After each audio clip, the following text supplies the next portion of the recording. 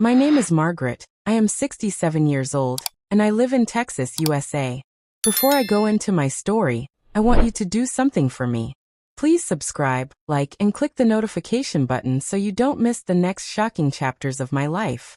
And also, tell me in the comments where in the country you are watching this story from, because I really want to know. Now let me take you straight into the darkest day of my life. The day that still haunts my every breath. The loudest scream I have ever heard in my life came from my own little boy. His small voice, usually so sweet and soft, ripped the air like a knife. I ran into the kitchen that afternoon only to see what no mother should ever see. My husband holding our son by the arm and shoving him straight into a basin of boiling hot water. The steam rose, the water bubbled, and before I could even reach them, the sharp smell of burning skin filled the house. I froze for half a second too long. My child screamed again, his little legs kicking, his arms thrashing in pain. I threw myself at them, clawing at my husband, my nails digging into his skin as I screamed, "Stop! Stop! You'll kill him!" But my husband's eyes were cold. They looked at me not like a man I had loved for 20 years, but like a monster who had lost his soul. When I finally yanked my child out of that basin, his skin was red, blistering, peeling away. He cried so hard that his tiny chest shook as if the life was leaving him. I grabbed a towel, wrapped him quickly, and ran. My husband shouted after me, his voice full of anger. "If you leave this house, don't you ever come back." But I didn't care. I ran out barefoot, tears streaming down my face, holding my half-burnt child against my chest. My neighbors gasped when they saw us. Some of them screamed too, covering their mouths in shock. But I had no time for pity. I needed a hospital fast. I don't even remember how I got to the hospital, only that when I burst into the emergency room, the doctors and nurses rushed forward, shouting medical terms I didn't understand. They laid him on a table, cut away the towel, and the sight made me weak. His tiny legs were raw and swollen, parts of his skin hanging like cloth. His face was twisted in pain, but his eyes searched for me, as if begging me not to leave his side. I cried out, "Please, please save my baby. He's all I have." The nurses tried to push me out of the room, but I fought like a lioness. I had already failed once by not stopping my husband in time. I would not leave my child now. The doctors worked, pouring cold fluids on his wounds, inserting needles, calling for more hands. The machines beeped wildly, and every sound pierced me like a knife. Then, something happened in that hospital room that left me shaken to my very core. One of the nurses suddenly shouted, "Doctor, his heart. He's going into shock." The beeping grew faster, then slower, then almost silent. I grabbed the edge of the bed and screamed, "No, no, please don't take my son away from me." The doctors pushed me back, rushing with defibrillators, their hands pressing on his tiny chest. "Stay with us, boy, stay with us," one of them shouted. And then, that's where I will stop for now. But before I continue, let me take you back to how it all began, because what happened that day was not just a sudden act of cruelty.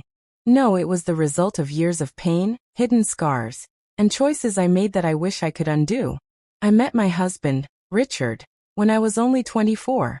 He was charming, tall, and had a way of making me feel like I was the most beautiful woman in the world. Back then, I was a small-town girl from Alabama who had just moved to Texas to work in a diner. I didn't have much, just my dreams and the hope of a better future. Richard came into my life like a whirlwind. He would come to the diner every evening, order the same meal, and always leave a big tip. After a few weeks, he asked me out. I said yes. At first, it was magical. He bought me flowers, held my hand in public, and whispered promises of forever.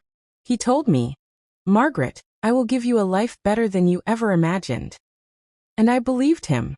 But soon after we married, I started noticing cracks in the man I thought I knew. His temper was short. He hated when I disagreed with him. A wrong word at the wrong time would lead to shouting, sometimes even things being thrown across the room. I told myself it was just stress from work, that he loved me, that all couples fought. The first time he hit me, I was 6 months pregnant. A slap across the face that made my ears ring. I cried and asked, "Why would you do this?" He said, "Because you pushed me to it.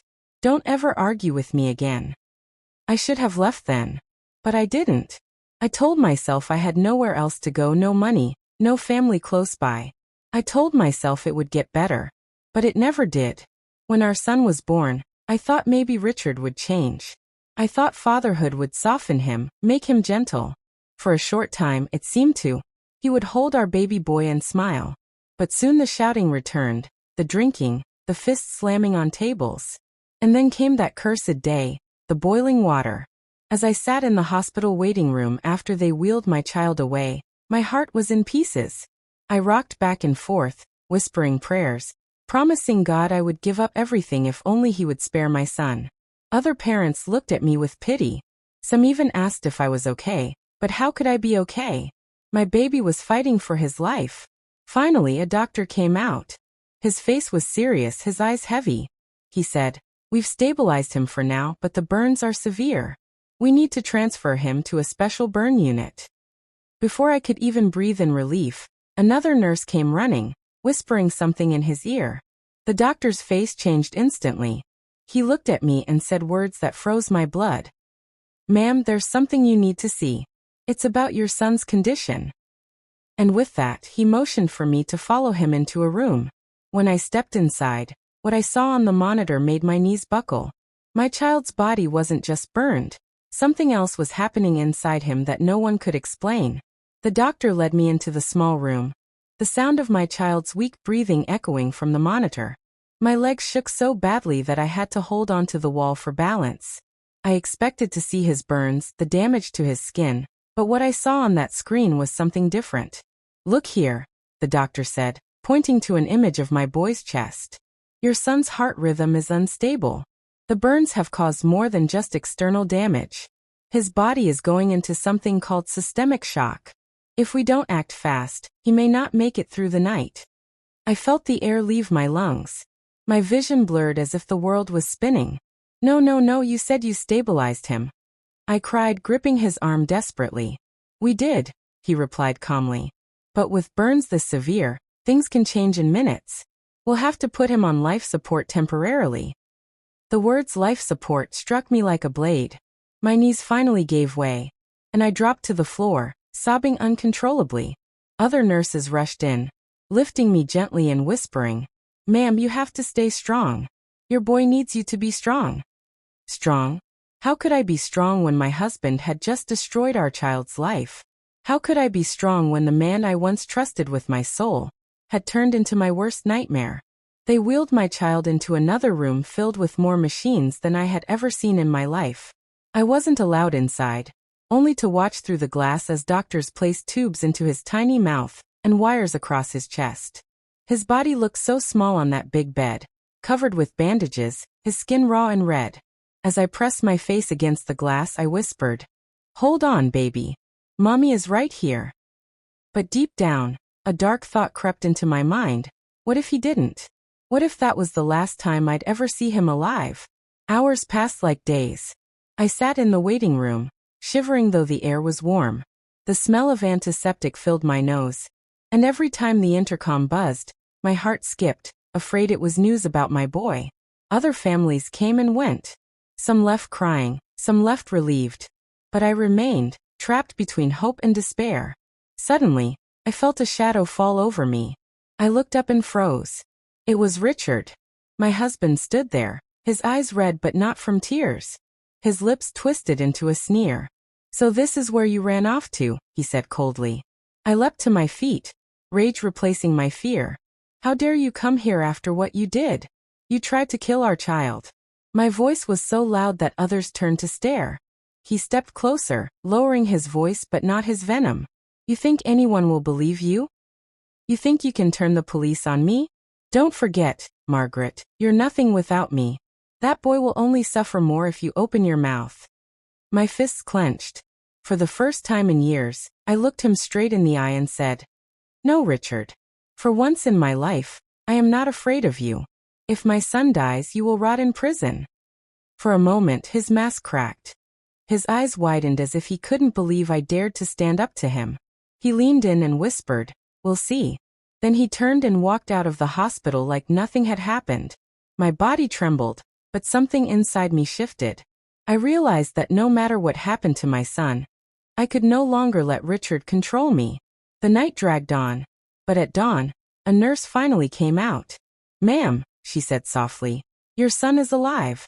He's stable for now. But he'll need multiple surgeries, and recovery will be long and painful." Tears of relief streamed down my face. "Can I see him?" She nodded. They led me to his room.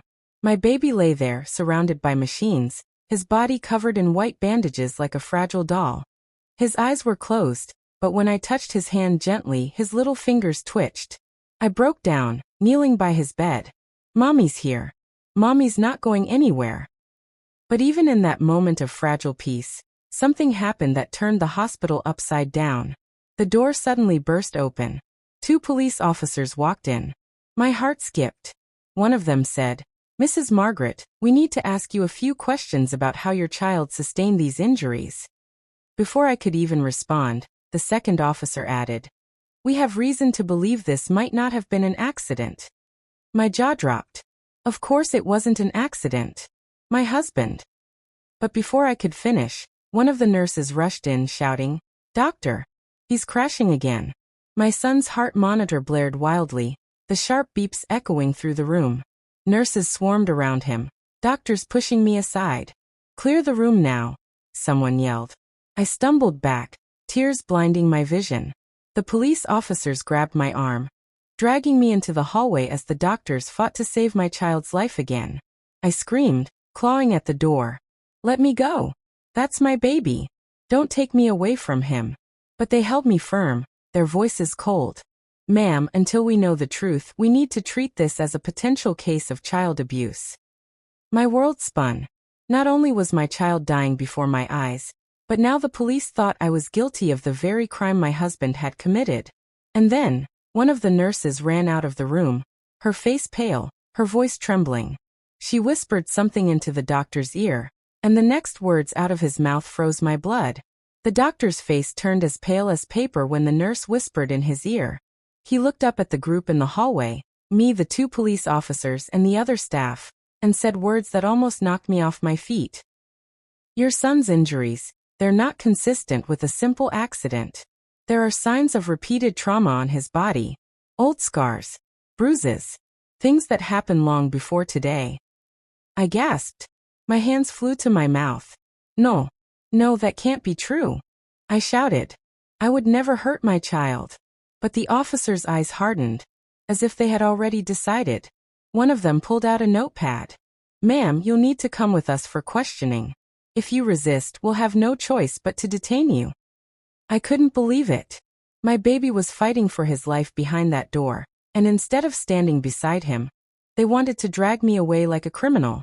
The nurse tried to speak. "She's been here all night. She was the one who brought the boy in, screaming and begging us to save him."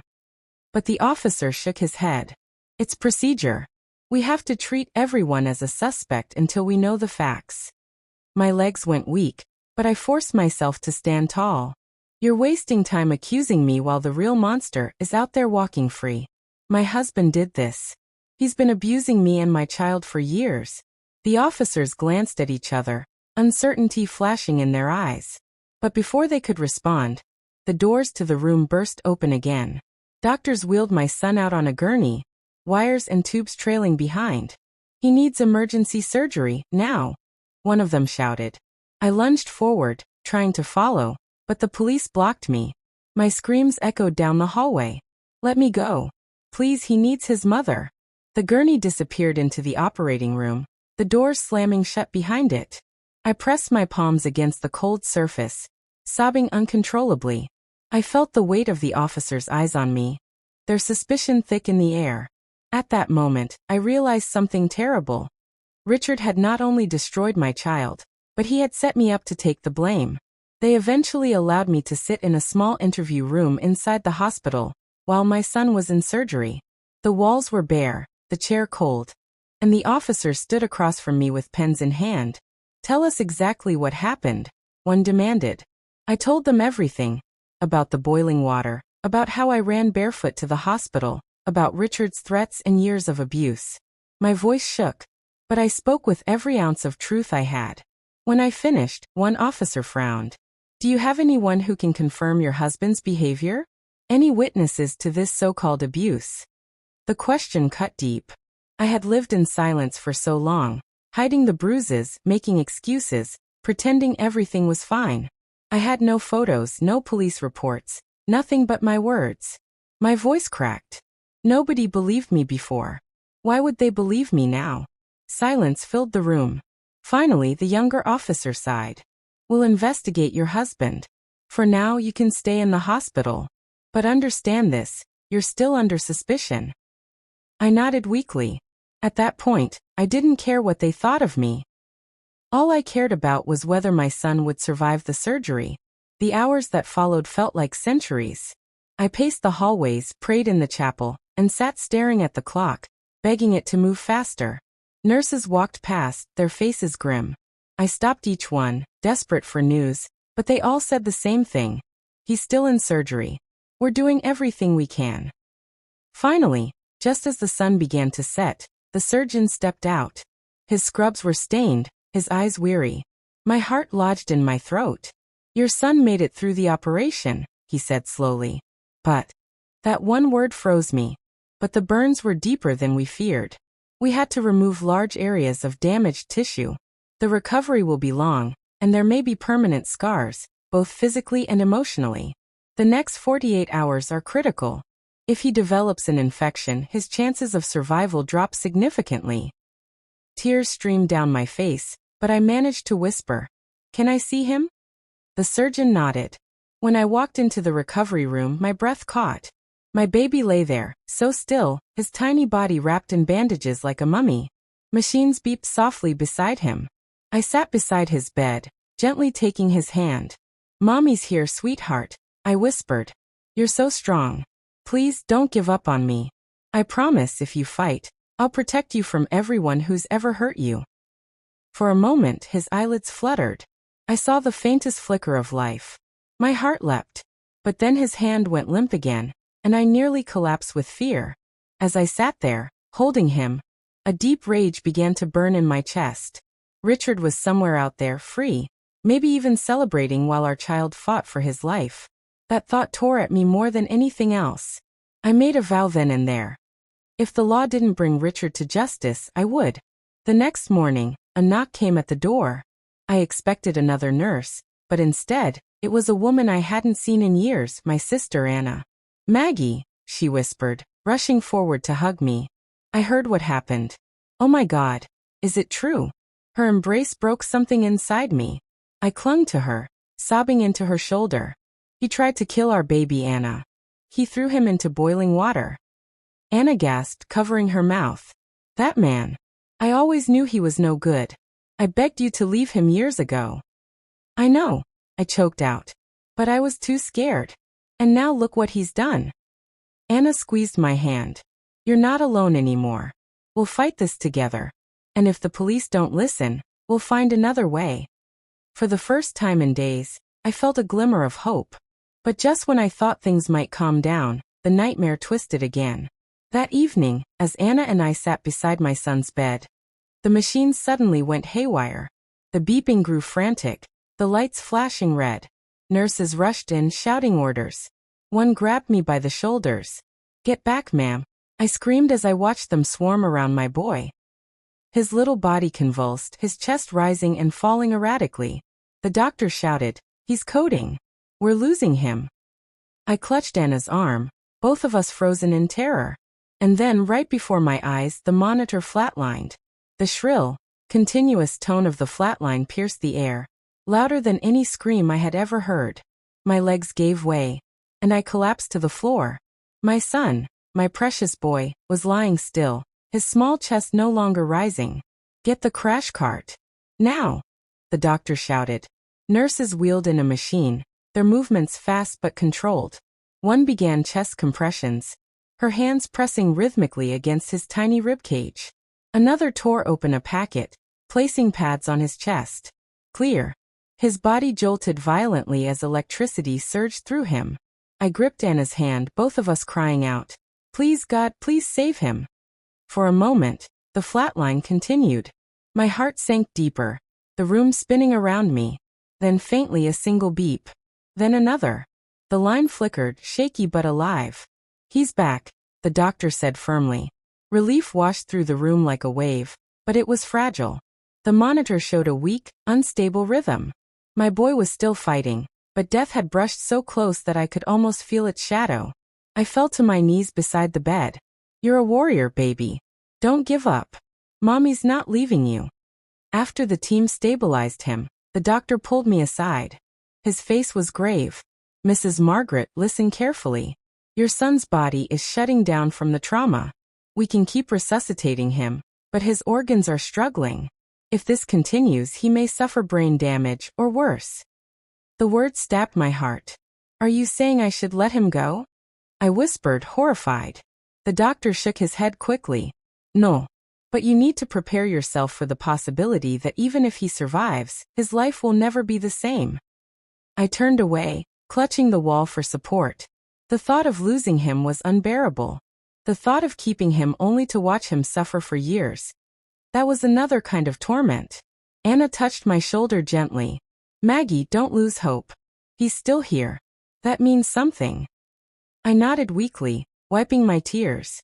"You're right. I can't give up. Not now. Not ever." Later that night, as the hospital quieted, I sat by my son's bed, whispering prayers. I replayed every moment of my life, every choice that had led me here. Why hadn't I left Richard sooner? Why had I stayed, hoping he would change? My child was paying for my mistakes. Suddenly, a sound at the door made me turn. My heart nearly stopped. Richard stood there. His face was shadowed, his eyes dark and cold. He stepped inside slowly, ignoring the nurse's protests. "So this is what you've done," he sneered. "Turned my house into a circus, dragged police into our lives, and made me the villain." I jumped to my feet, shielding my son with my body. "You are the villain, Richard. You almost killed him." He smirked, taking another step closer. "And yet here you are, still blaming me, when the police are already looking at you. Do you think anyone will believe your sob story? You've got no proof, Maggie. No witnesses. Just your word against mine." My hands trembled, but my voice rose with fury. "I don't need proof. I have scars. My son has scars. The truth will come out. And when it does, you'll rot in a cell." Richard's eyes flashed with rage. He lunged forward, grabbing my arm. Anna screamed, rushing between us. "Get out of here before I call security." He tightened his grip on me, his voice low and threatening. "This isn't over, Maggie. If that boy dies, it's on your hands. And when the police come, I'll make sure they believe it." Then, as quickly as he appeared, he released me and walked out, his laughter echoing down the hallway. I collapsed into the chair, shaking violently. Anna held me close, whispering, "He's trying to break you. Don't let him. We'll get him." But deep inside, I knew Richard wasn't done. And the more desperate he became, the more dangerous he would get. The next day, police officers returned with questions. They confirmed Richard had left town, vanished. "He's hiding," one said. "That makes him look guilty, but until we find him, he's a threat." I told them everything about his hospital visit, his threats. They promised to increase security, placing guards at the door. Still, fear not at me. Richard was cunning. If he wanted to get to us, he would find a way. Meanwhile, my son's condition remained fragile. His fever spiked dangerously, and doctors warned that infection had set in. "We're doing everything possible," they said, "but it could go either way." I spent every hour at his side, cooling his forehead with a damp cloth, whispering lullabies, begging him to fight. One evening, as I dozed off in the chair, I felt a tiny movement. My eyes flew open. His fingers, my baby's fingers, were curling weakly around mine. "Mommy," he whispered, his voice faint as a breath. My heart soared. "Yes, sweetheart. Mommy's here. You're safe, baby, you're safe." Tears streamed down my face as Anna rushed to get the nurse. The staff came in, shocked to see him awake. It was a miracle. He was weak, fragile, but he was conscious. I thought maybe, just maybe, we had turned a corner. But peace never lasted long in my life. 2 nights later, as I sat watching him sleep, the hospital alarm suddenly blared. Lights flashed red in the hallway. and nurses shouted, "Lockdown! Lockdown!" I rushed to the door, panicked. "What's happening?" A guard yelled back, "An intruder's been spotted on this floor." My blood ran cold. I knew instantly who it was. Richard. My heart pounded as footsteps thundered down the hall. Voices shouted. A crash echoed nearby. Anna grabbed my hand, terror in her eyes. Then, from the shadows, a figure appeared at the end of the hallway. Richard, wild-eyed, clutching something in his hand. And this time, he wasn't here to threaten. He was here to finish what he started. Richard's figure grew clearer as he stalked down the hallway. His face was twisted, eyes bloodshot, hair wild like a man possessed. In his hand gleamed a knife, the fluorescent hospital lights bouncing off its blade. "Richard!" I screamed, stepping in front of my son's bed. "Stop this madness. Don't you dare come near him." Anna clutched my arm, trembling, but she didn't move. Guards rushed forward, shouting for him to drop the weapon. Nurses ducked into rooms, locking doors, the sound of alarms shrieking through the corridor. But Richard only laughed, a chilling sound that echoed off the walls. "You think you can hide behind these walls? You think you can turn my family against me? That boy is mine, Maggie. If I can't have him, nobody will." My heart felt like it would burst. "He's not yours to destroy." I cried back. "He's innocent, he's your son." For a moment, his face flickered, as if the word son pierced through the darkness. But then his jaw tightened. "No. He's your weapon against me. And I'll end this tonight." The guards lunged, but Richard slashed wildly, forcing them back. The hallway erupted into chaos. Shouts, screams, footsteps pounding. I held my son's hand tightly, whispering, "Stay with me, baby. Stay with mommy." In the middle of the commotion, my son stirred. His weak eyes opened, confusion clouding them. "Mommy, what's happening?" I forced a smile, though terror gripped me. "Nothing you need to worry about, sweetheart. Just keep your eyes on me." But his gaze drifted past me. He saw Richard. And in the faintest whisper he said, "Daddy." The word froze Richard in his tracks. His grip on the knife faltered, just for a second. His face twisted with something strange. Pain? Guilt? It was hard to tell. "Don't call me that," Richard growled, though his voice cracked. "I don't deserve it. I saw my chance." "Then prove it," I shouted. "Put the knife down. Be a father for once in your life. Show him you can protect, not destroy." For a flicker of a moment, the knife lowered. My breath caught. Maybe, just maybe, he would listen. But then the sound of more police boots thundered up the stairwell. Richard's eyes darted, panic flashing. "No," he hissed. "You won't take me alive." And with that, he turned the blade toward himself. "No." I screamed, lunging forward. Guards tackled him, the knife clattering across the floor. They pinned him down, struggling as he thrashed like a trapped animal. "Get off me," he roared. "I'd rather die than rot in a cell." The officers wrestled him, finally cuffing his hands behind his back. His chest heaved, his eyes burning into mine. "This isn't over, Maggie. I'll make sure you pay. If not me, then someone else. You'll never be free of me." They dragged him away, his curses echoing until the doors slammed shut. The hallway fell silent again, except for my sobs. I collapsed by my son's bed, clutching his hand, whispering, "It's over, baby. It's finally over." But deep down, I knew it wasn't. Richard had always found ways to slither back into my life, and his words haunted me. What did he mean? If not me, then someone else? Anna stroked my back, trying to soothe me. "He's gone now. You're safe." But my instincts screamed otherwise. Days passed. Richard remained in custody, charged with attempted murder. The police said he was too dangerous for bail, and I should finally breathe easy. My son's condition slowly improved, his fever lowered, his body healing in tiny, fragile steps. For the first time in weeks, I allowed myself to hope. Nurses called him a miracle child. Even doctors admitted they hadn't expected him to fight this hard. One morning he opened his eyes fully and whispered, "Mommy, can I have some water?" It was the sweetest request I'd ever heard. I cried, kissing his forehead. "Of course, sweetheart. Anything you want." Anna brought a small cup. As I held the straw to his lips, I felt joy bubble in my chest. He was alive. He was fighting. Maybe life would finally turn around. But that hope shattered quickly. Because that very evening, a nurse entered the room with trembling hands.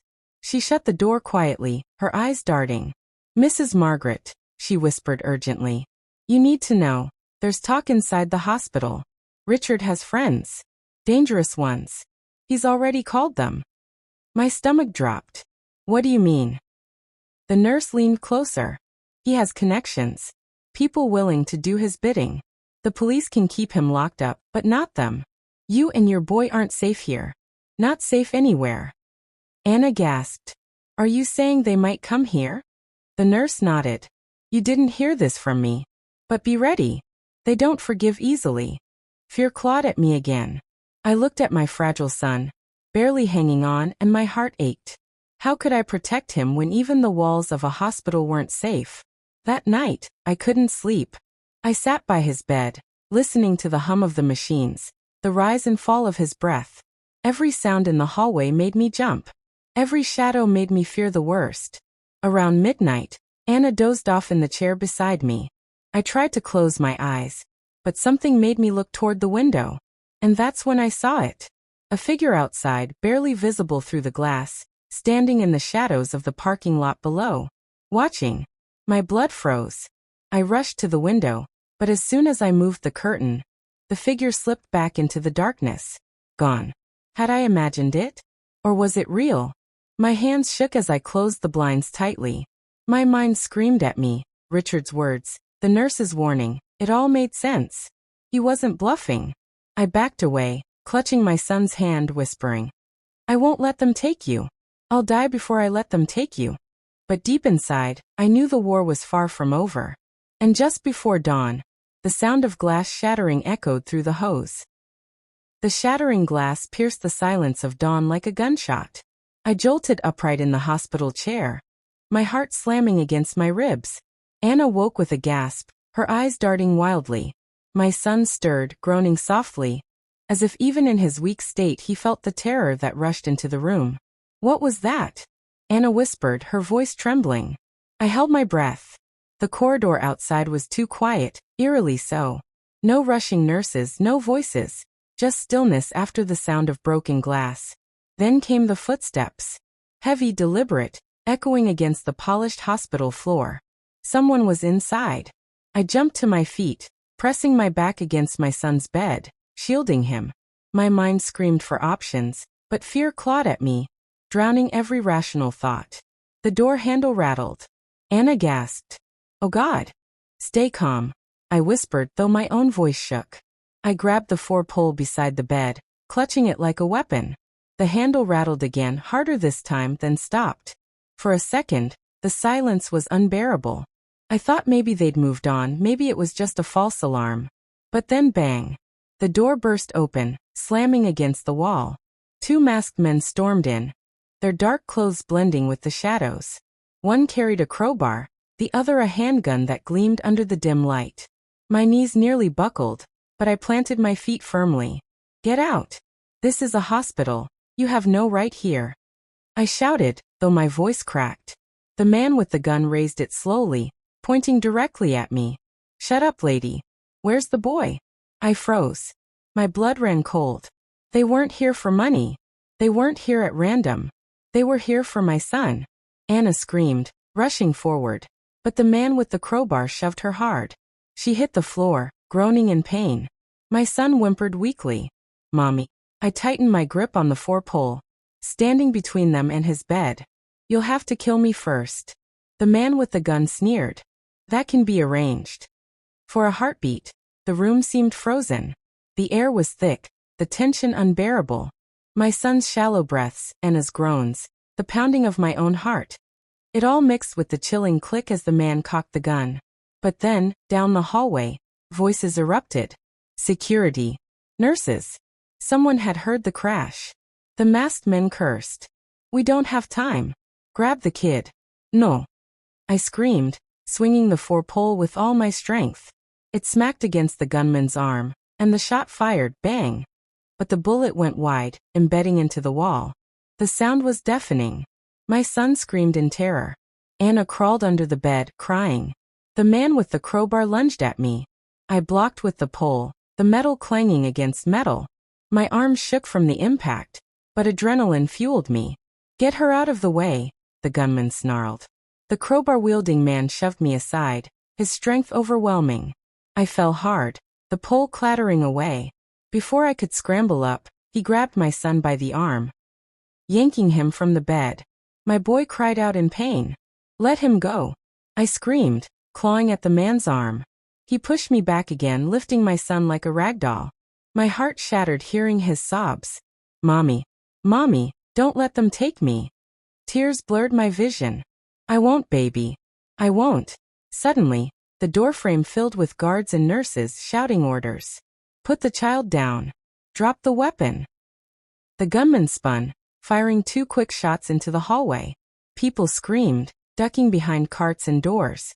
Chaos exploded as alarms blared throughout the building. Go, go, the gunman barked. The crowbar man shoved past, dragging my son toward the window at the far end of the room.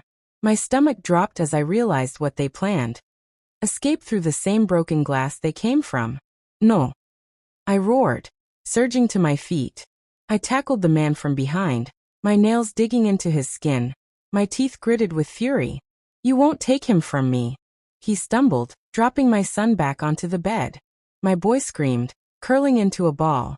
Relief surged through me, but it was short-lived. The gunman grabbed me by the hair, yanking me back so hard I thought my scalp would tear. Pain shot through my skull. He pressed the cold barrel against my temple. Last warning, lady. Stay down or you die right here. My body went rigid. My breath came in short gasps. The fear of death gripped me, but even then one thought screamed louder than anything else. If I die, who will protect my son? I raised my trembling hands slowly. Please don't hurt him. Take me instead. The gunman chuckled darkly. Not interested in you. Orders were clear. The boy comes with us. His words confirmed everything. The men were working for Richard. Then came the sound of running boots. Police this time. A commanding voice shouted from the hall. Drop your weapons. You're surrounded. The gunman cursed again. He yanked me toward the window, dragging me like a shield.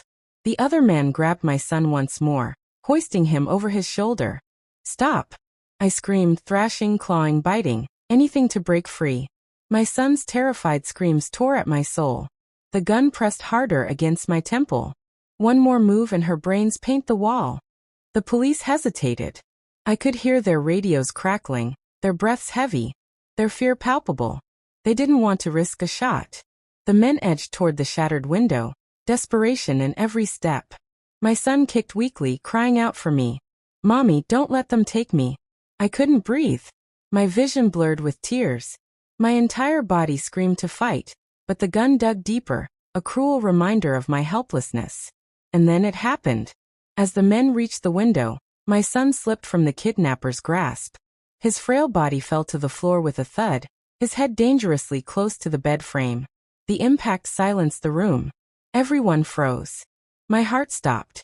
For a second he didn't move. Then blood began to pool beneath his head. No. My scream tore through the room, raw and desperate, as I dropped to the floor beside my son. His small body lay motionless, blood seeping from a gash at the side of his head. His eyes fluttered, then rolled back, and for a moment I thought, God forgive me, I thought he was gone. I pressed my trembling hands against the wound, my tears spilling onto his face. Stay with me, baby. Please stay with Mommy. Don't leave me. Not like this. The room erupted in chaos.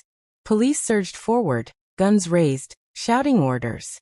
The kidnappers panicked. The gunman dragged me back, pressing the barrel harder against my skull, while the crowbar-wielding man tried to grab my son again.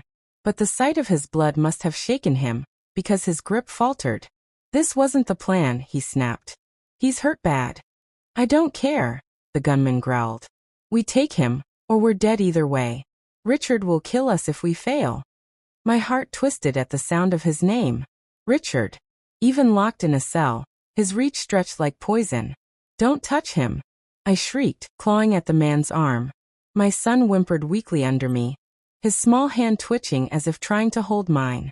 The police advanced another step. Put the weapons down, an officer barked. It's over. You can't win this. The gunman snarled, his grip tightening on me. Move 1 inch closer and she dies. The barrel dug into my temple so hard I felt the skin bruise.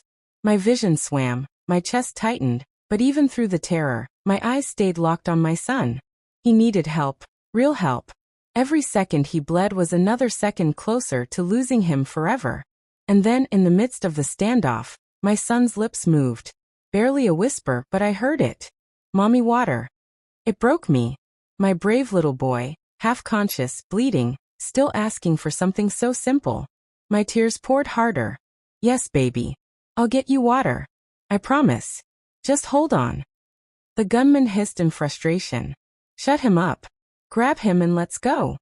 The crowbar man lunged forward again, scooping my son up roughly. I screamed, thrashing in the gunman's grip. My son's head lolled back, blood smearing across the man's sleeve. The police shouted again, their guns trained on the kidnappers. Release the child. Now. But the men backed toward the shattered window, their intent clear. They were going to take him. Adrenaline surged through me. In that instant I didn't feel fear. I didn't feel the gun at my head, or the danger around me. All I felt was the primal, burning instinct of a mother. I stomped hard on the gunman's foot, twisting violently. He shouted in pain, his grip loosening just enough.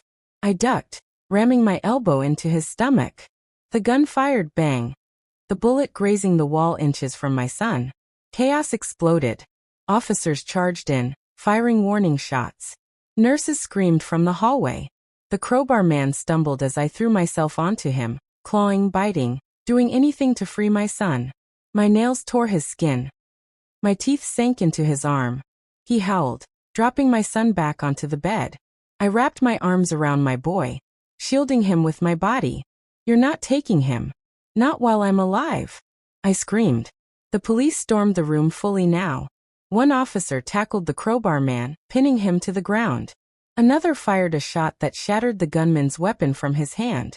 Drop it. The gunman hesitated, eyes darting wildly. But the fight was over.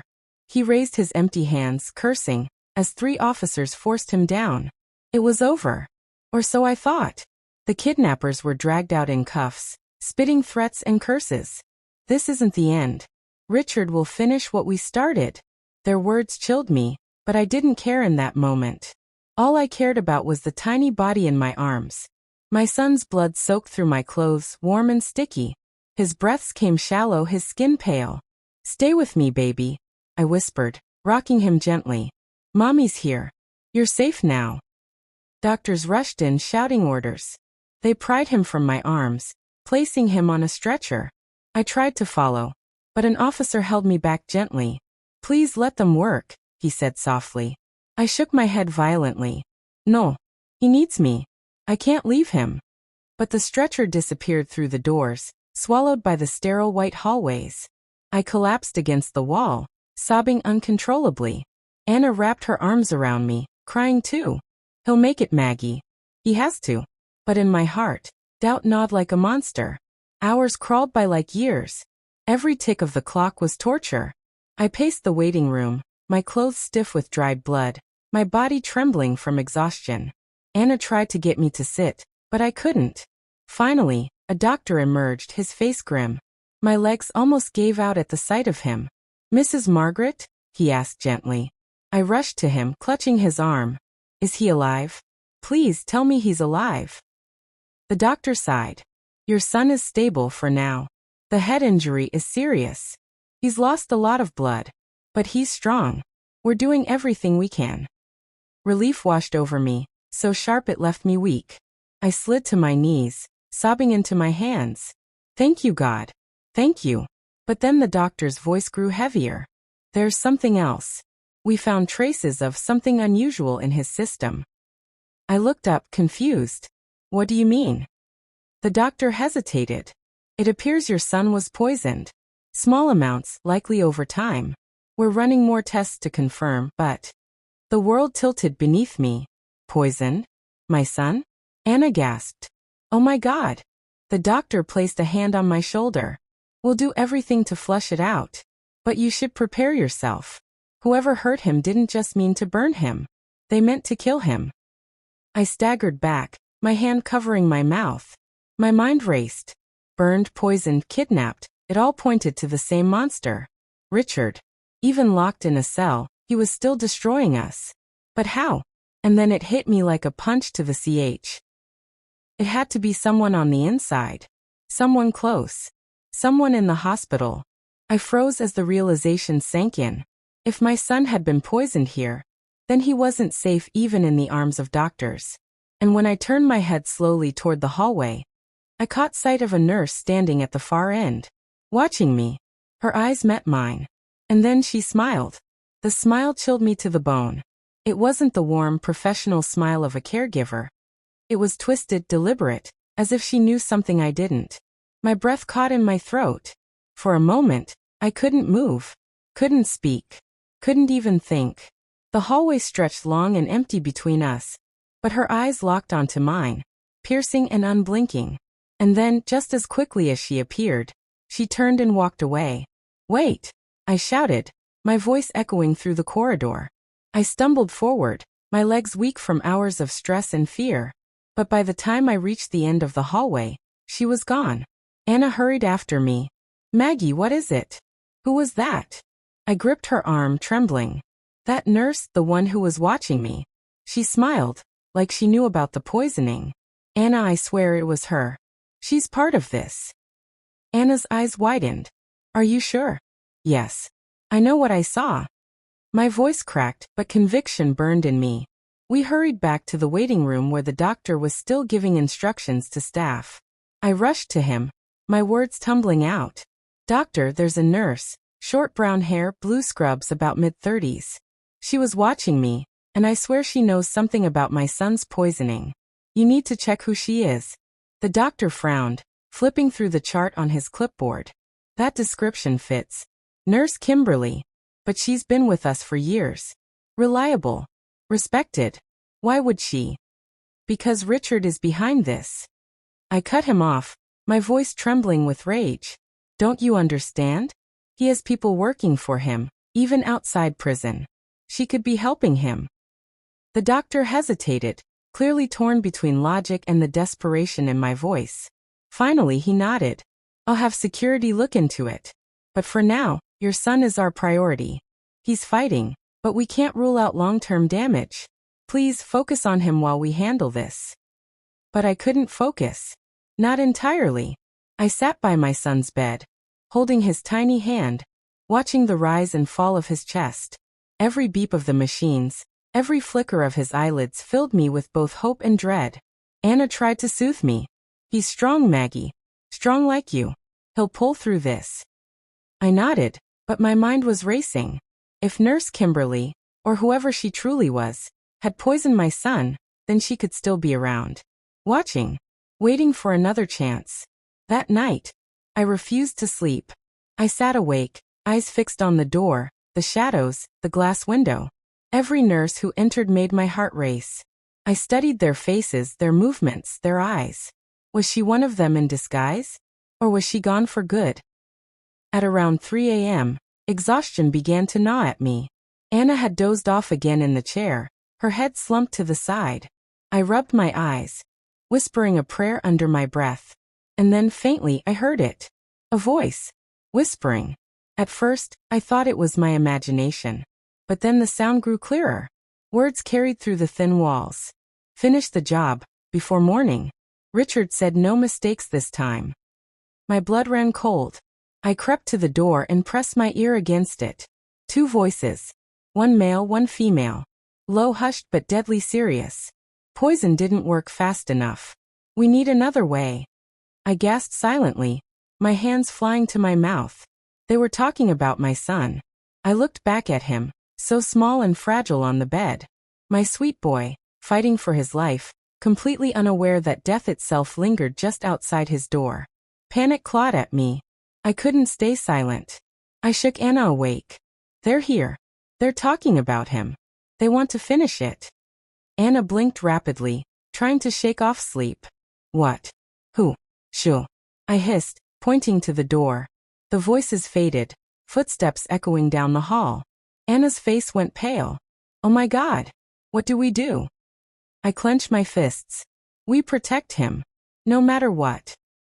The next morning, the hospital buzzed with news. Security had reviewed the cameras from the night before.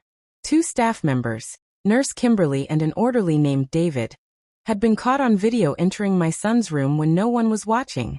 The footage didn't show what they did, but it was enough. They were both missing now, their lockers empty, their phones switched off. They disappeared? I whispered, horror striking me.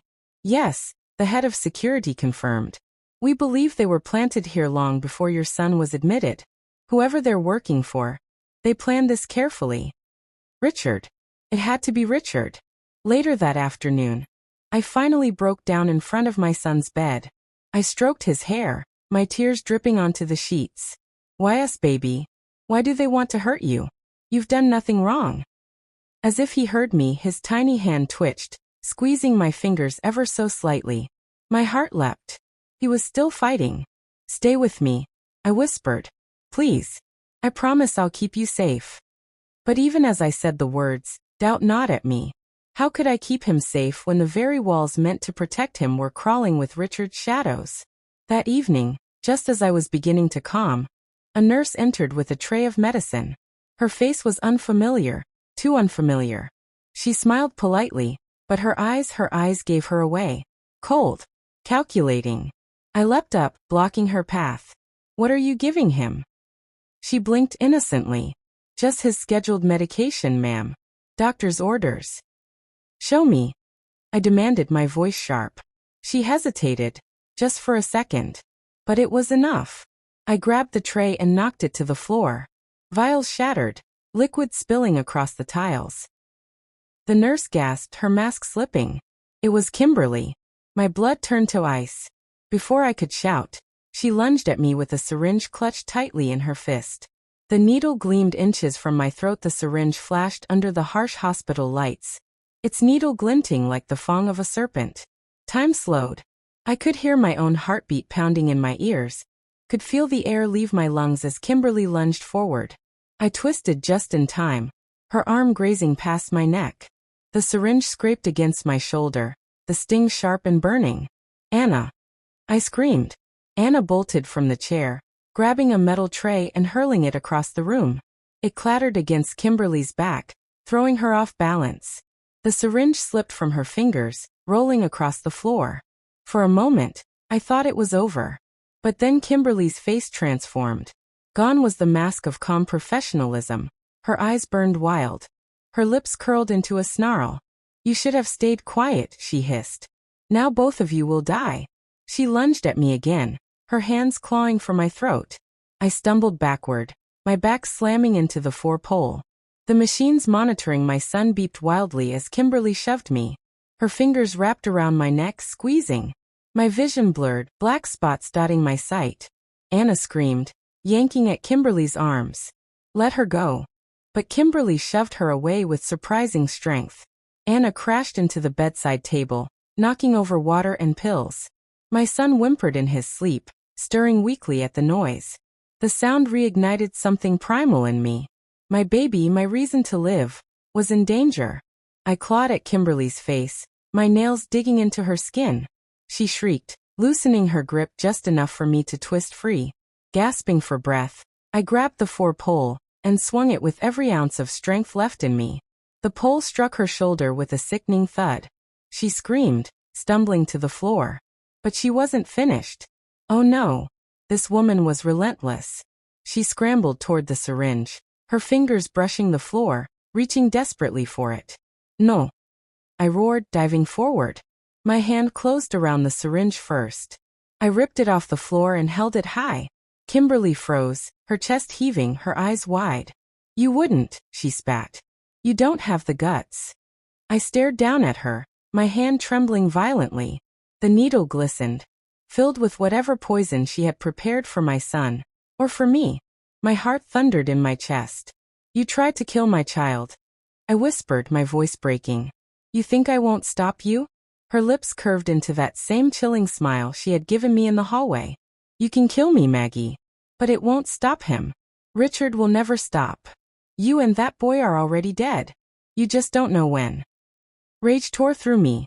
For a split second, I wanted nothing more than to plunge the needle into her and end it. But then I felt a weak tug at my sleeve. I looked down. My son's tiny hand was clutching me, his eyes barely open, his lips trembling. "Mommy, don't," he whispered. Tears flooded my eyes. My baby was teaching me mercy, even in his fragile state. I dropped the syringe. It clattered onto the tiles. At that moment, the door burst open. Security and police officers swarmed the room.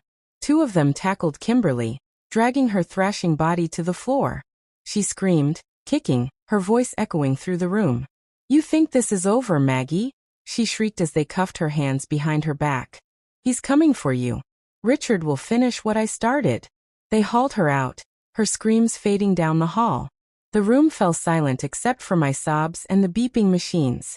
Anna crawled to me, wrapping her arms around me tightly. "It's over," she whispered.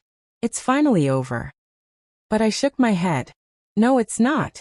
She's right. Richard won't stop until we're destroyed." Later that night, the police returned to question me. They confirmed my worst fears. Kimberly had been working for Richard for months. Letters, money, secret phone calls, all traced back to him. "He's orchestrating this from prison," the detective said grimly. "He has loyal followers. You need to understand. You and your son are still in grave danger." I buried my face in my hands. "Then where are we supposed to go? Where is safe?" The detective hesitated, then spoke softly. "The Witness Protection Program.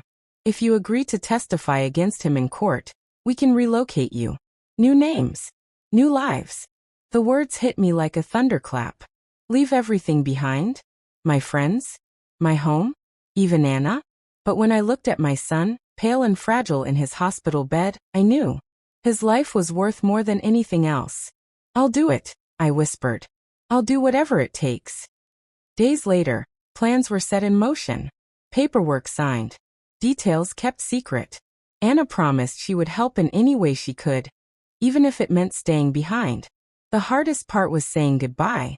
The night before we were to be moved, I sat by my son's bed, stroking his hair. "Tomorrow everything changes, baby. We'll have a new life. A safer life. You won't have to be afraid anymore." He opened his eyes weakly, whispering, "Will you still be my mommy?" Tears streamed down my face as I kissed his forehead. "Always. No matter where we are, no matter what our names are, you'll always be mine." For the first time in weeks, I felt a flicker of hope. Maybe, just maybe, we could escape Richard's shadow. The next morning, 2 federal agents arrived to escort us. They were calm, professional, reassuring. We were given new clothes, new IDs, even new backstories. As we prepared to leave the hospital, I held my son close, whispering a prayer of thanks. But just as we reached the elevator, my phone buzzed. Unknown number. Against my better judgment, I answered. Static crackled on the line. Then a voice. Low. Familiar. "Did you really think you could run from me?" My blood turned to ice. It was Richard. "Did you really think you could run from me, Maggie?" The sound of Richard's voice oozed through the phone like poison, thick and suffocating. My legs froze. My grip tightened around my son as the elevator doors slid open. The federal agents flanking us immediately noticed my pale face. "Ma'am, is everything all right?" one asked, reaching for his weapon. But I couldn't answer. My throat was dry. My lips trembled.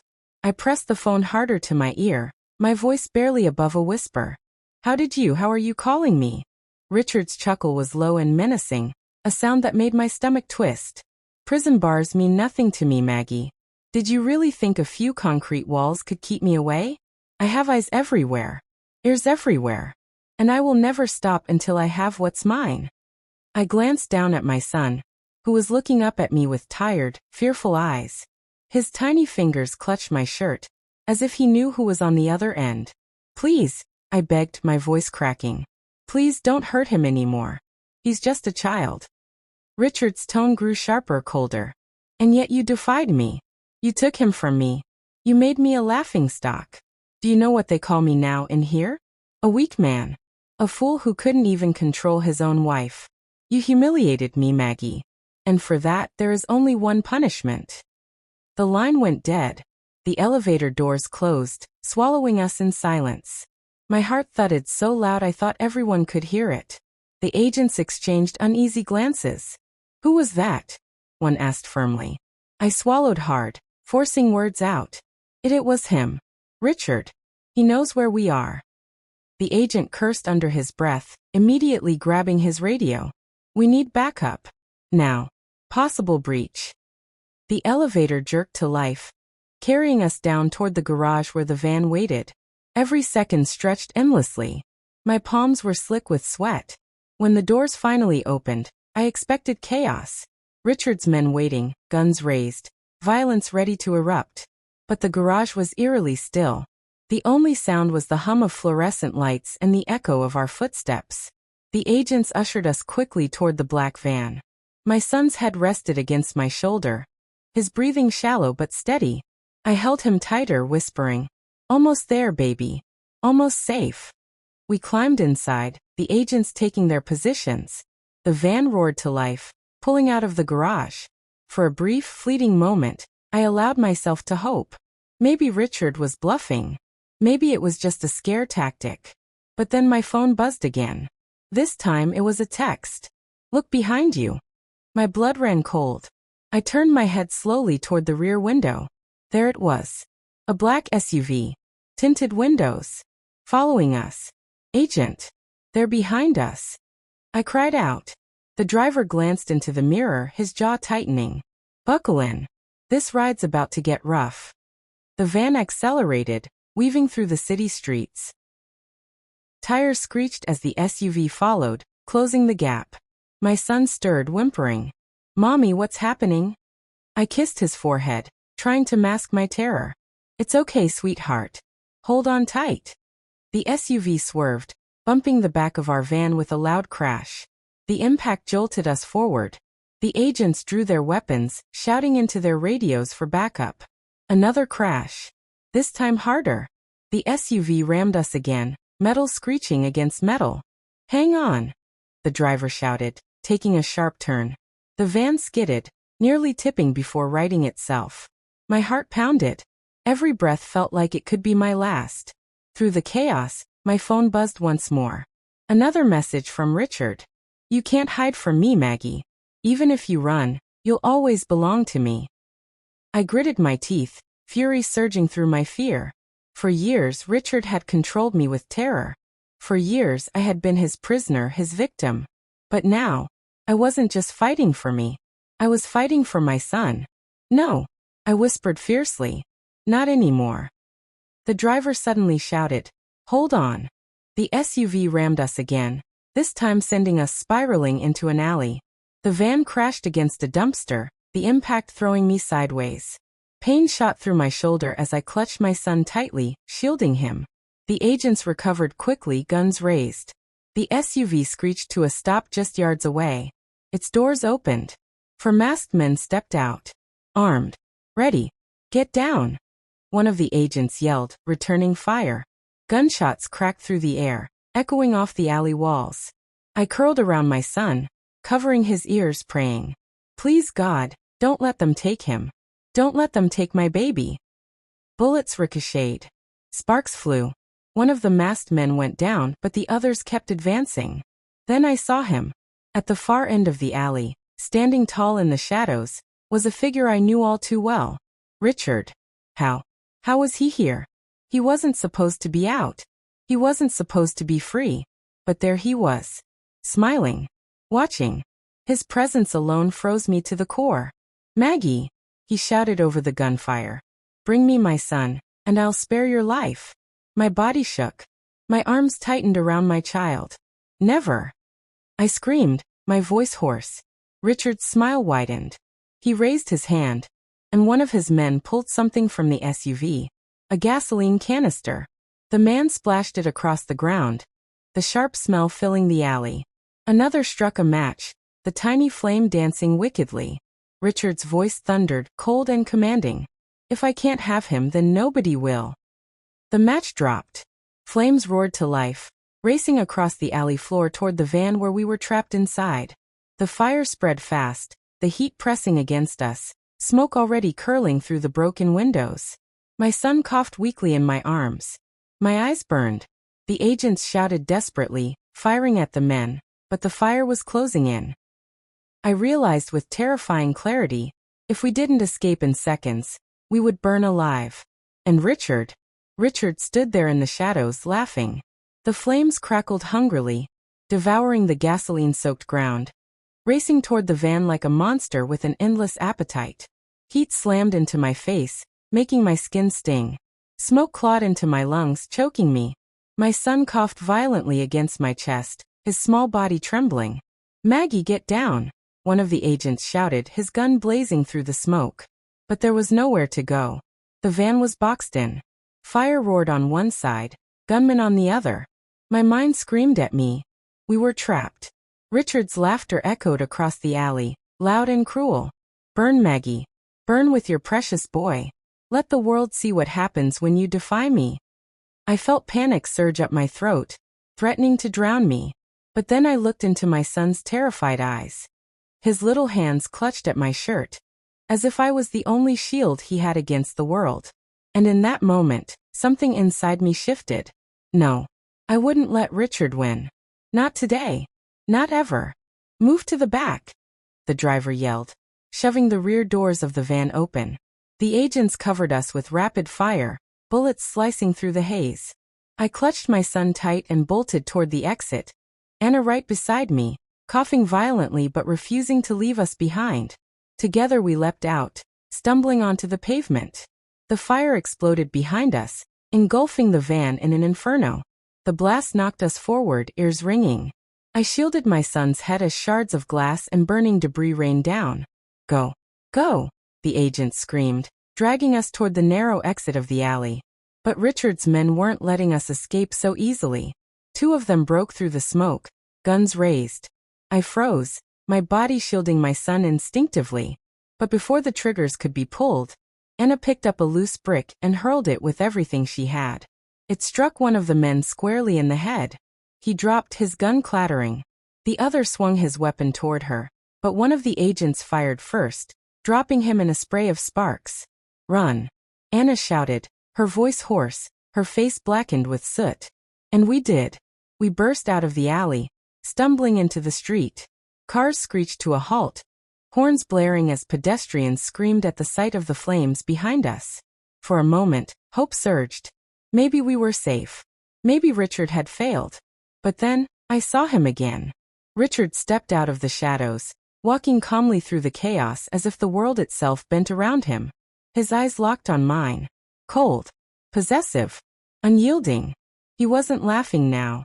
He was deadly serious. "You can't run forever, Maggie," he called out.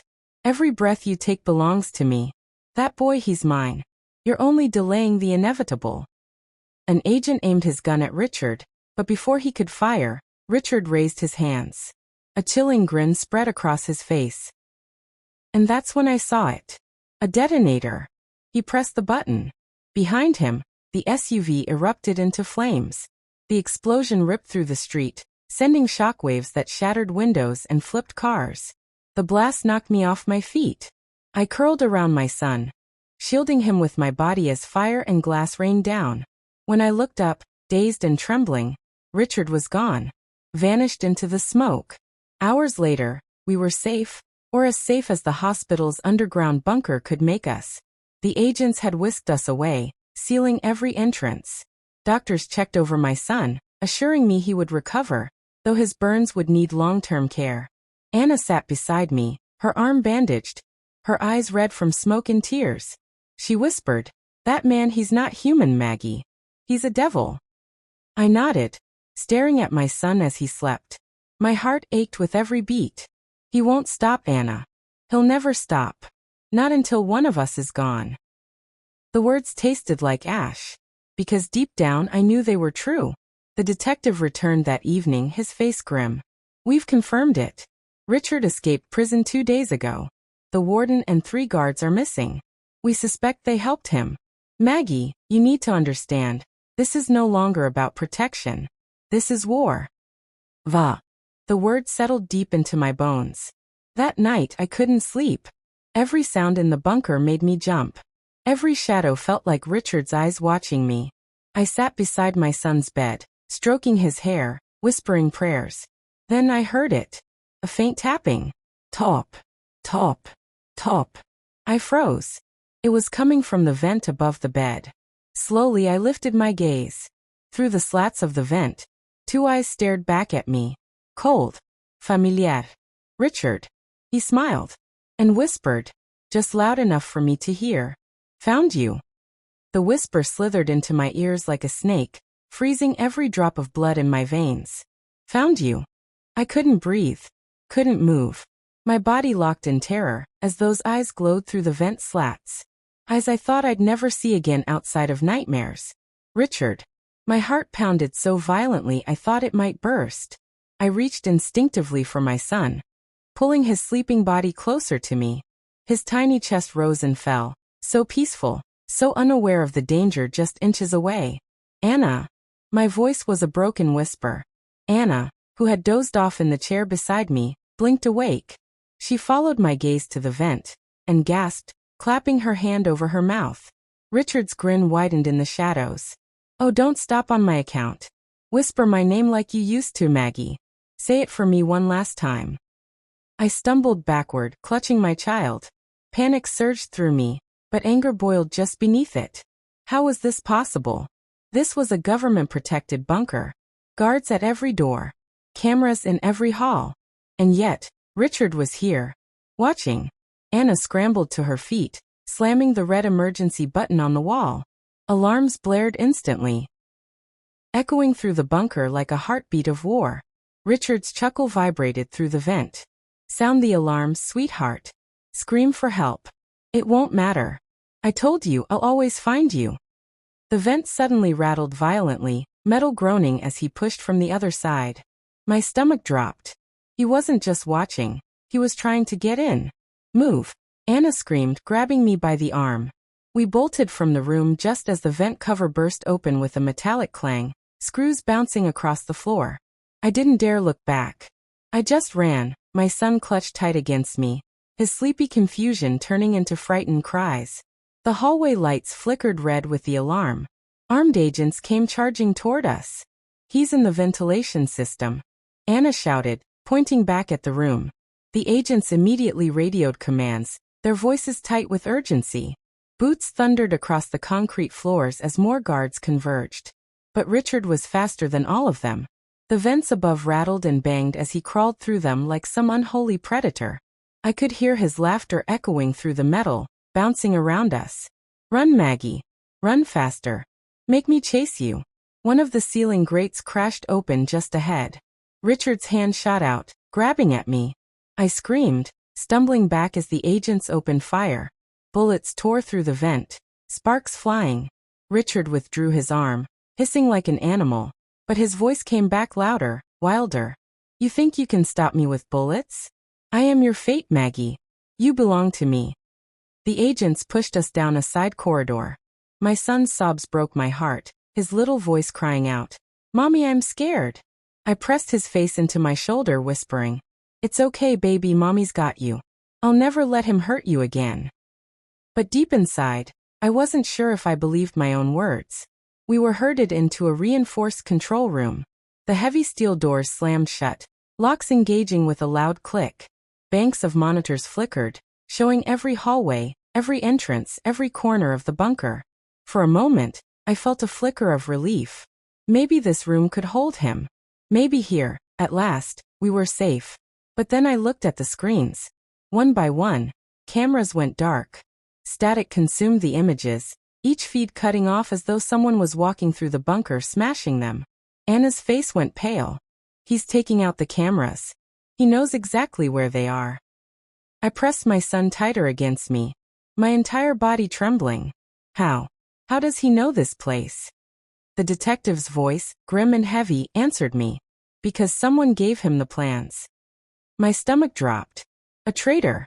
Even here, among the people sworn to protect us, someone was feeding Richard information. Then the intercom crackled. His voice filled the control room. Calm. Smooth. Terrifying. Nowhere to hide, Maggie. Not in bunkers. Not in safe houses. Not in heaven, not in hell. You and that boy, you'll always belong to me. I covered my ears, screaming, "Stop it. Stop haunting me." But his voice only grew louder. "When I break through those doors, you'll see. You'll beg me to end it quickly." The intercom went dead. Silence followed, heavy and suffocating. Every person in that room was pale, shaking, staring at the steel doors as if they were made of paper. Then, bang! The doors shuttered. Another bang. Louder this time. Metal groaned under the assault. He was here. He was breaking in. The agents formed a line, guns raised. "Stay behind us," one barked. Anna grabbed my hand, squeezing so tightly it hurt. Her eyes locked with mine, full of fear and love. "If anything happens, you run, Maggie. Run with your son and don't look back." Tears blurred my vision. "I can't do this without you, Anna. Please don't leave me." But the pounding grew louder. Stronger. The steel warped and bent inward. My son wailed in terror, his cries piercing the air.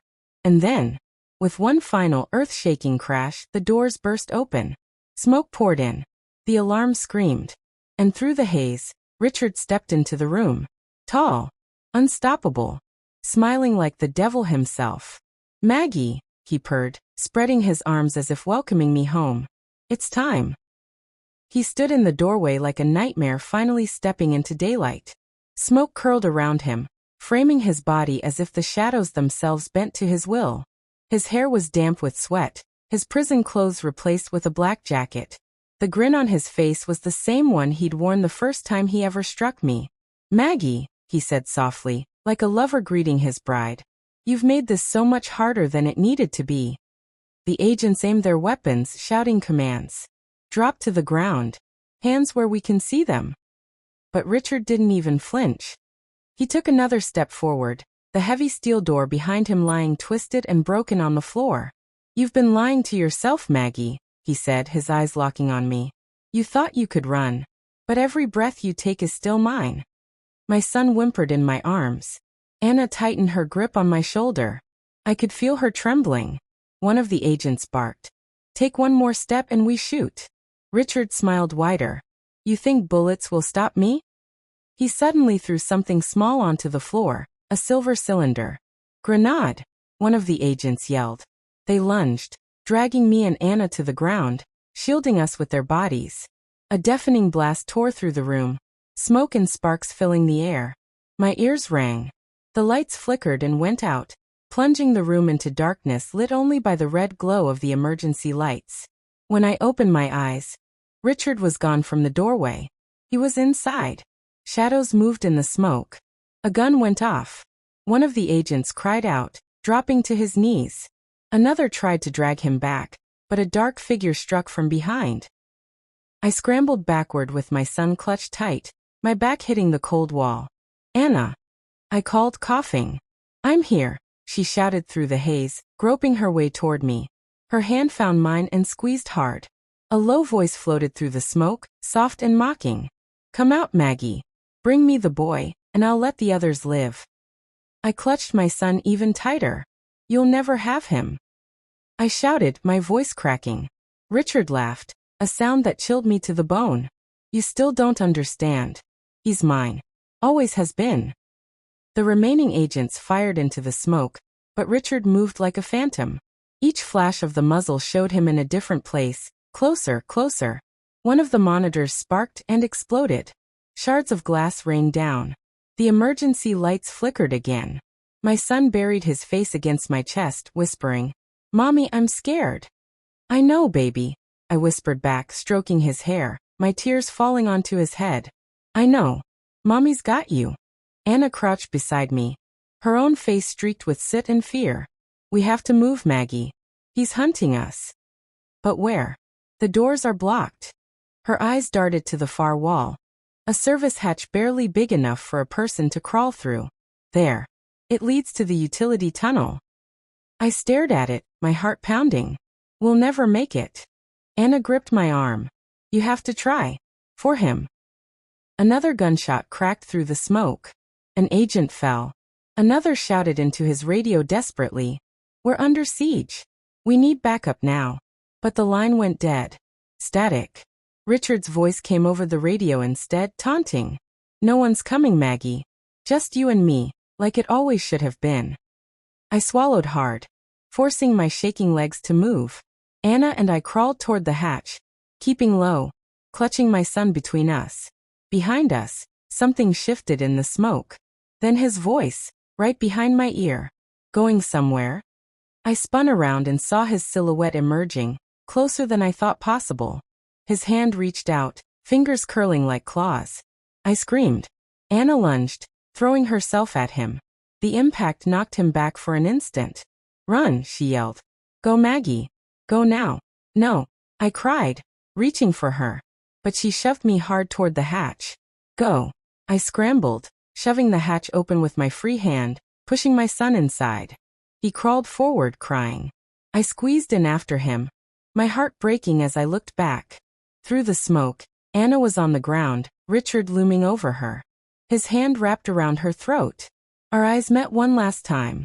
Run, Maggie, she mouthed. Then Richard yanked her up. The hatch door slammed shut between us. The tunnel beyond was narrow and dark, the air damp and stale. My son sobbed quietly as we crawled forward. My heart felt like it was tearing out of my chest.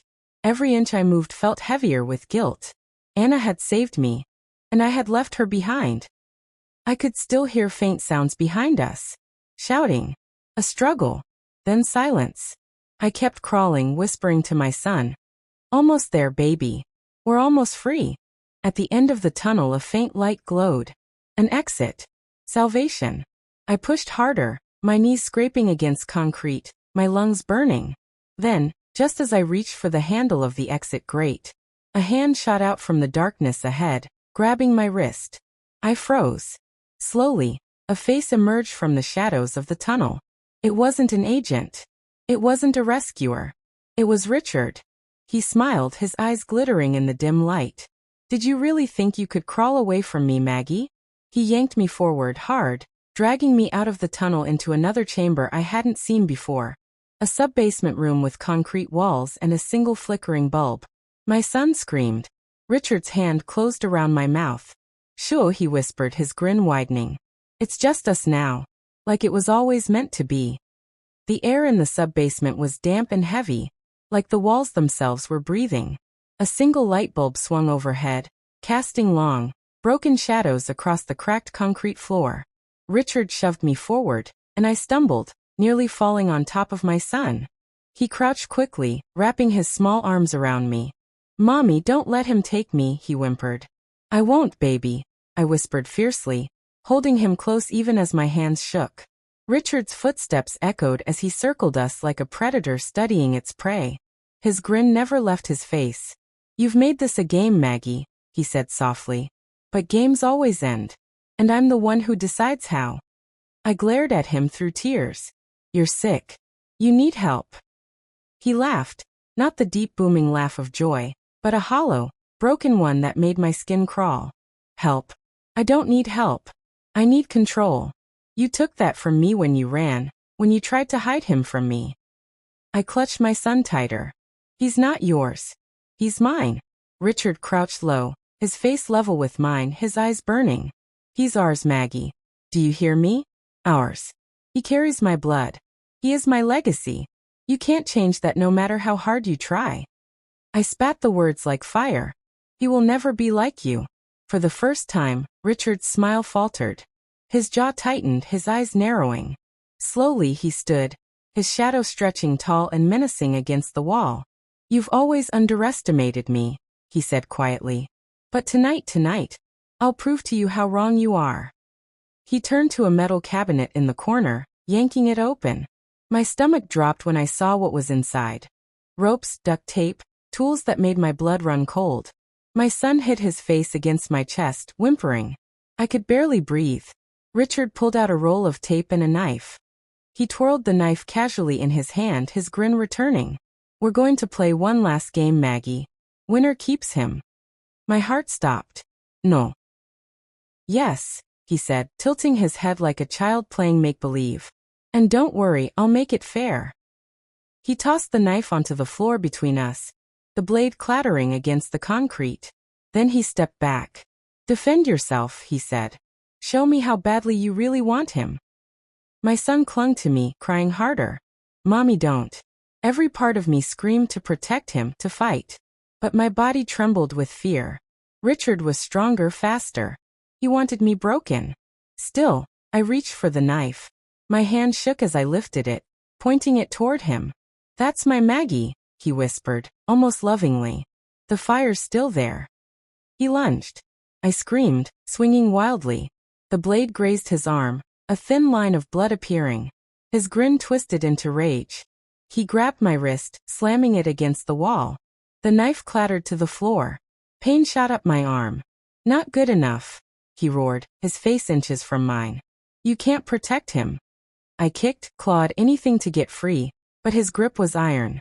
My son screamed, trying to pull at his arm. Richard shoved him aside, and he fell to the floor crying. Something inside me snapped. I slammed my head forward, hitting Richard square in the nose. He cursed, stumbling back, blood gushing down his face. I grabbed the knife again, my hands slick with sweat and tears. My whole body trembled as I pointed it at him. "Stay away from us," I screamed, my voice echoing off the concrete walls. He wiped the blood from his nose with the back of his hand, then smiled again, a terrifying, blood-stained grin. "That's the Maggie I fell in love with," he said softly. "Fiery. Untamed. Mine." Before I could react, he lunged again. This time, his hand clamped around my throat. I gasped, clawing at his fingers as the knife slipped from my grip. My vision blurred. My son screamed and threw himself at Richard's legs, biting and kicking. Richard roared, kicking him back against the wall. My baby cried out, clutching his side. "No." I tried to scream, but his hand crushed my voice. Just when my vision started to fade, a loud metallic crash echoed through the room. The door to the sub-basement burst open. Flashlights cut through the dark. "FBI. Drop it now." Richard froze, his grip loosening just enough for me to gasp for air. His head turned toward the doorway, eyes blazing with fury. "No," he growled. "Not yet." And before the agents could reach us, he dragged me by the throat, pulling me and my son deeper into the shadows of the room. The agents shouted, their light sweeping across the space. But Richard knew the basement better. He shoved us through another hidden door in the wall, one I hadn't even seen. We tumbled into a narrow passageway, pitch black except for the faint glow of the bulb behind us. Richard slammed the door shut, plunging us into total darkness. I could hear the agents pounding on the other side, shouting. But their voices faded as Richard dragged us further into the maze-like passage. "Now," he whispered in the dark, his voice right against my ear. "No one can save you." I stumbled, clutching my son, trying to fight, but it was useless in the pitch black. My heart raced so hard I thought it would burst. The passage twisted and turned until we spilled into another hidden chamber. This one was smaller, the ceiling low, with rusted pipes dripping water onto the floor. Richard pushed us down, towering over us like a shadow made flesh. "It ends here, Maggie," he said, his voice low and steady. "One way or another, you're not leaving this room." My son sobbed, clinging to me. "Please, Mommy, make him stop." I stroked his hair, tears running down my face. "I will, baby. I promise." Richard crouched, his eyes glowing with madness. "So will you beg me? Or will you fight me?" I stared at him, my hands shaking, my heart breaking. I knew what he wanted. He wanted me to surrender, to give him control, to let him claim us. But deep inside, through the fear and pain, a fire burned. I looked him in the eyes and said, "I'll never belong to you." His grin vanished. His face twisted with rage. In one swift motion, he pulled something from his jacket pocket, a small black pistol. He cocked it and aimed it directly at my son. "Then he dies first," Richard said. The cold steel of the gun glinted under the dim bulb. My son's small body shook as he pressed himself against me, his sobs breaking my heart into pieces. Richard's finger tightened on the trigger. His face was carved with fury, his lips curled back in a snarl. "You had your chance, Maggie," he hissed. "Now you'll watch everything you love burn." Time slowed. My breath caught in my throat. I could hear my son whispering, "Mommy, don't let him." Something inside me snapped. With every ounce of strength left in me, I lunged. My hand clamped down on his wrist, jerking the gun upward just as it fired. The shot rang out like thunder, ricocheting off the pipes. Sparks flew from the ceiling. No! Richard bellowed, struggling against me. I screamed, clawing at his face, kicking, biting, anything to protect my child. He slammed me against the wall, my head cracking against the concrete. Stars bursting in my vision. But I held on to the gun, refusing to let go. My son, brave beyond his years, scrambled across the floor and grabbed a rusted pipe lying in the corner. With a cry that pierced the darkness, he swung it with all his strength. The pipe smashed into Richard's knee. He roared in pain, collapsing onto one leg. The gun slipped from his hand, clattering across the floor. I dove for it. My fingers closed around the cold steel. For the first time, I held the weapon. For the first time, I had the power. Richard froze, staring at the barrel now aimed directly at his chest. His face twisted from rage to disbelief. "You won't do it," he said, his voice low, trembling. "You've always been weak. That's why you needed me." My hands shook. Tears blurred my vision. "No, Richard. That's why I survived you." He took a step forward. "You won't shoot me, Maggie. You don't have the strength." My son whispered, "Mommy, please." And in that moment, I remembered every bruise, every night of fear, every scream that haunted my dreams. I remembered the boiling water, the hospital, Anna's sacrifice. I remembered that this man had stolen years of my life, and almost stolen my child's. I steadied my hand. "This ends now." The shot thundered through the chamber. Richard staggered, eyes wide with shock, a crimson bloom spreading across his chest. He gasped, stumbling backward, clutching at the wound. "No," he whispered, his voice breaking. "Not you." He collapsed onto the cold concrete, his body convulsing once before going still. His eyes stared lifelessly at the ceiling. It was over. For a long moment, I couldn't breathe. The gun slipped from my fingers. My knees gave out, and I sank to the floor, sobbing. My son crawled into my arms, his small body trembling against mine. "We're safe, baby," I whispered, rocking him as tears poured down my face. "It's over. We're safe." The hidden door burst open. Agents flooded into the chamber, flashlights sweeping across the room. One of them rushed to me, pulling me and my son to our feet. "Ma'am, are you all right?" he shouted over the chaos. I clutched my son tighter. "We're alive. That's all that matters." They surrounded Richard's body, checking for a pulse. One of the agents looked up and shook his head. "Target neutralized." The next hours blurred into flashing lights, sirens, and the cold night air hitting my face as we were escorted out of the building. My son clung to me, refusing to let go. I searched the crowd for Anna, but she wasn't there. My heart ached as I remembered the last glimpse of her, Richard's hand around her throat. "Anna," I whispered, tears burning my eyes. One of the agents touched my shoulder gently. "We found her, ma'am. She's alive, bruised, shaken, but alive. She bought you the time you needed." Relief crashed over me like a wave. My knees almost buckled again. Anna was alive. For the first time in years, I felt the weight on my chest begin to lift. Weeks passed. The nightmares still came, but every time I woke up, my son was there, breathing softly beside me. Alive. Safe. Anna visited often. We cried together, laughed together, healed together. She told me she had no regrets, that she'd do it all again if it meant saving us. The FBI offered protection, counseling, support. But I knew the real healing would come slowly, day by day, as we rebuilt the pieces of our lives. One afternoon, as I watched my son play in the backyard, his laughter like music I thought I'd never hear again, I realized something important. I had survived Richard.